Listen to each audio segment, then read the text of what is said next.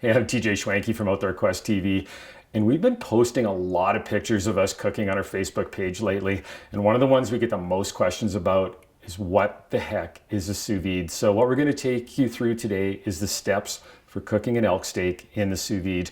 Now, we've got a big container full of water here, and you can basically use any container you want for this.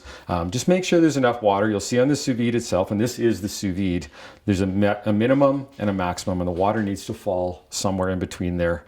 And all of this is it's an immersion heater and circulator. So what we're gonna do is we're gonna put it on the side of the tank here, clamp it on, and then we're going to plug it in. The first thing we're going to set is our temperature. And we like our steaks quite rare, so I'm going to knock this all the way down to 125 degrees. If you like them more well done, about 135 will give you medium rare. And if you get up to about 140, that's where you start to get into a medium steak. You should never cook your steak any more than that. If you do, stop watching us now. We don't want to know you. Anyways, now we got to set the temperature, or the time. So we're going to cook the steak for about an hour.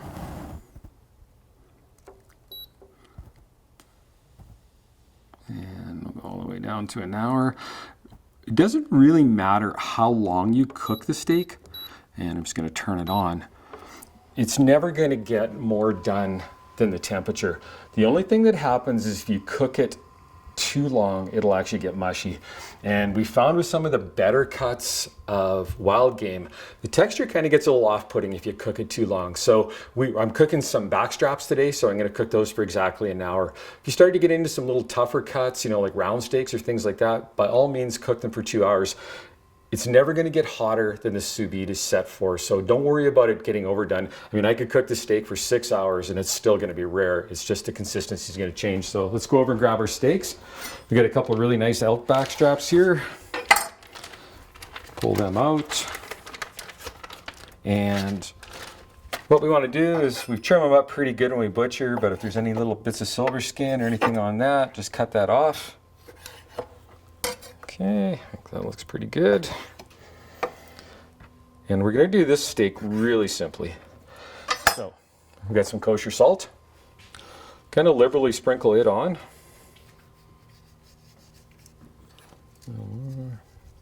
About like that.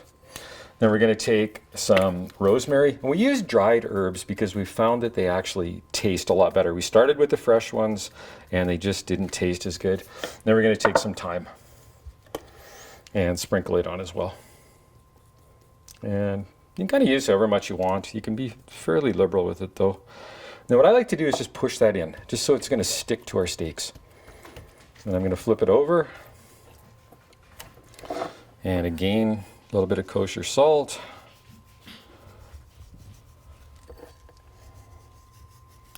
You don't want to do this too early, because if you put salt on too early, it's going to suck all the moisture out of your steaks. And there we go, a little bit of thyme. And finish up with a little bit of rosemary. And again, just kind of gently just pat that into the meat. You just want it to stick. Now, you want to take a food-safe plastic bag, just a plain old Ziploc, and slide your steaks in. Now, your steaks cannot go over top of each other, but they can sit beside each other like that. You can't put them over top or it just doesn't work. Then I'm going to put some crushed garlic in there. And the easiest way to crush garlic, just cut the end off of it, give it a crush like that, take the skin off, and we're going to put those in the bags with the steak. And I'm just going to set them on top. And what this is going to do is just kind of impart some flavor as we cook. Now, we'll have to wait for that water to get up to temperature, and then I'll show you how to get all the air out of the bag and how to put it in the water bath. So you can see our water bath's up to temperature now. Now, the whole key with this is just to get all the air out of it. And the easiest way to do that is just leave your bag open and push it down. Some people can vacuum seal this, but there's really no need to. Just push it down, push it down. Then what I like to do is just start sealing at one end. You don't want to get any water in here, that's really critical, but what that water's doing is just pushing all the air out. And you'll see if there's no air in that bag's not going to float up. It's just going to sit down quite nicely like that. You just leave it sit like that. I just put a clip on it. And basically that's as simple as it is. So what we're gonna do is we're gonna leave that in there for an hour. And like I said, you know, if it was a tougher cut of meat, you could cook for several hours. We've done roasts for 6 or 8 hours, so it really doesn't matter. It's just getting that consistency you like and figuring out the temperature you like. You're gonna see when these come out, they're gonna be pretty rare, but they're gonna be delicious. Once they come out, we're gonna sear them in the cast iron fry pan here. Then we're gonna enjoy some elk steak. So it looks like our steaks are done in the sous vide. So we're gonna finish them in the fry pan here, and I've got a preheated cast iron fry pan here. So I'm gonna throw some butter in. There's no real measurements, just throw as much as you think you need. And a little bit of olive oil. Why I add that is I like the butter to brown, but I don't want it to burn. It just makes that really nice flavor. And we'll just kind of let that brown, and we'll pull our steaks out.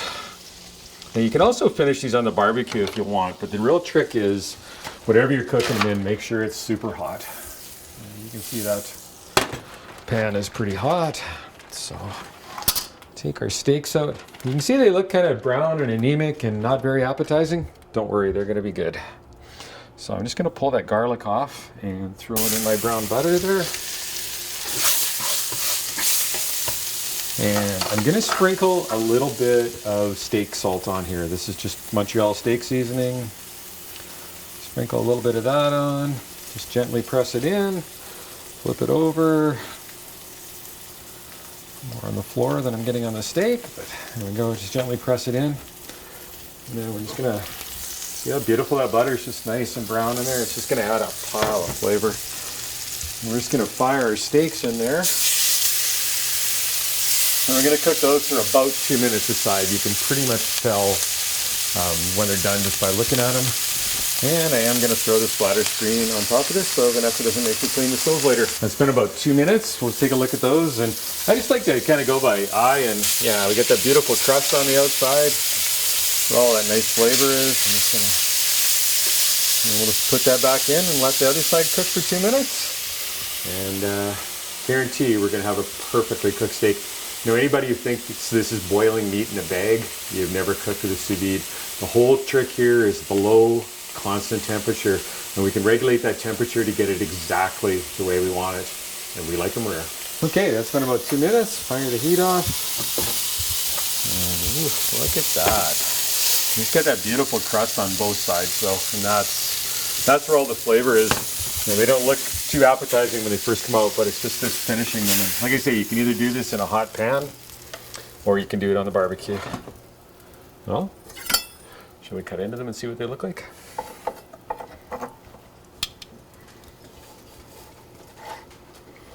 Look at that. Perfectly rare. That's as simple as cooking with the sous vide is right there. Make sure you subscribe to our YouTube channel. We got lots more great recipes on there.